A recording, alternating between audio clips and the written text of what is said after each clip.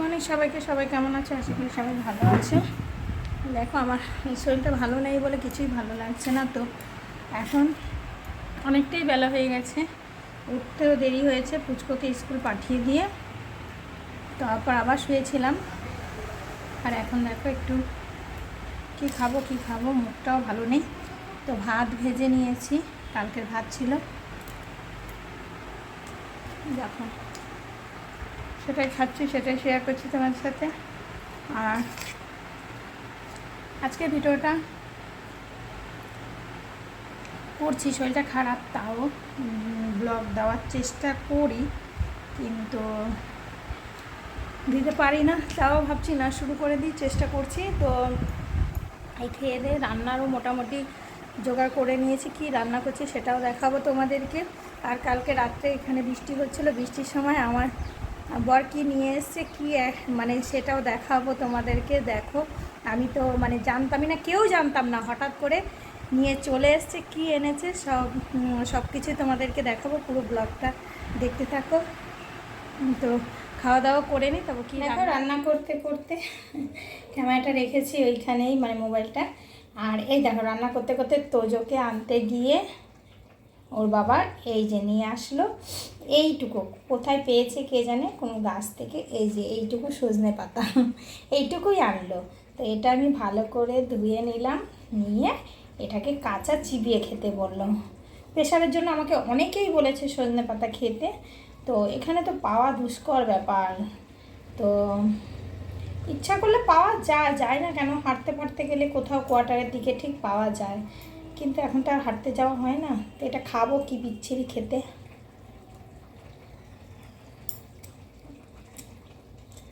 শরীরে উপকারী জিনিস আজ পর্যন্ত দেখিনি যে জিনিসটা খেতে ভালো।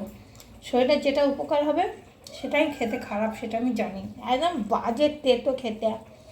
হ্যাঁ, এর আগেও আমি খেয়েছি। তো খেয়ে নিয়ে রান্না করছি কি সেটা তোমাদেরকে দেখা। এই দেখো রান্না করছি, এখানে চিকেন,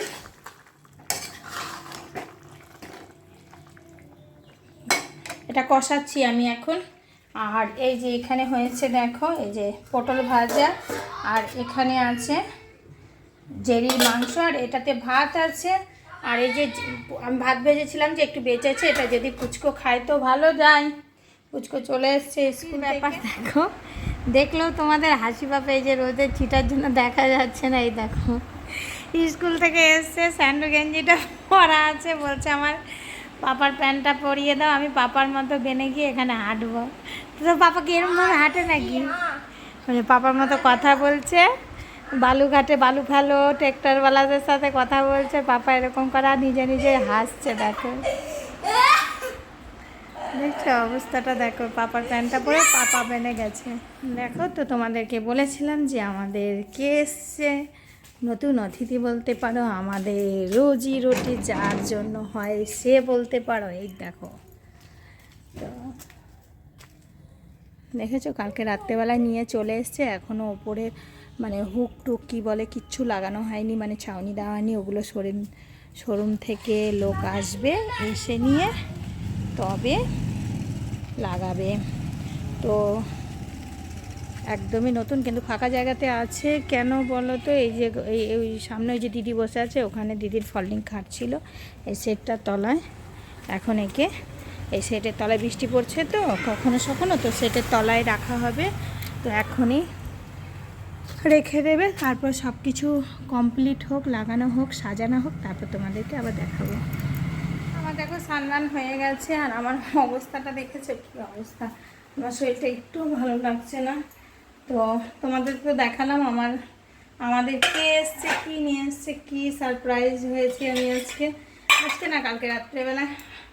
তো দেখালাম আমাদের এই হলো, মানে এখন আপাতত 4 নম্বর ট্র্যাক্টর, কিন্তু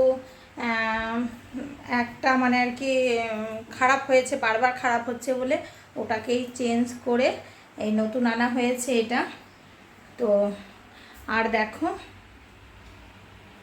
এই যে লাল লাল চিকেন ঝোল আর পটল ভাজা, আর ফ্রিজে ডাল আছে, আমি এখন বারও করবো না, কিচ্ছু করবো না, এই রান্না কোনো রকম করলাম, এই অনেক। তো খাওয়া দাওয়া করে নিই, এবার মিস্ত্রি আসবে ট্র্যাক্টরটার সব কিছু সেট করতে। কালকে সন্ধেবেলায় শোরুম থেকে নিয়ে আসা হয়েছে। শোরুম হচ্ছে আমাদের জামতারাতে, বেশি দূর না, কাছেই, তো সেখান থেকেই আনা হয়েছে। তো সাজানো গোছানোর পর আবার তোমাদেরকে দেখাবো, আর যদি কন্টিনিউ সামনে করতে পারি তো ভালো, তাহলে আজকের মধ্যে এতটাই, দেখা যাক কী হয়।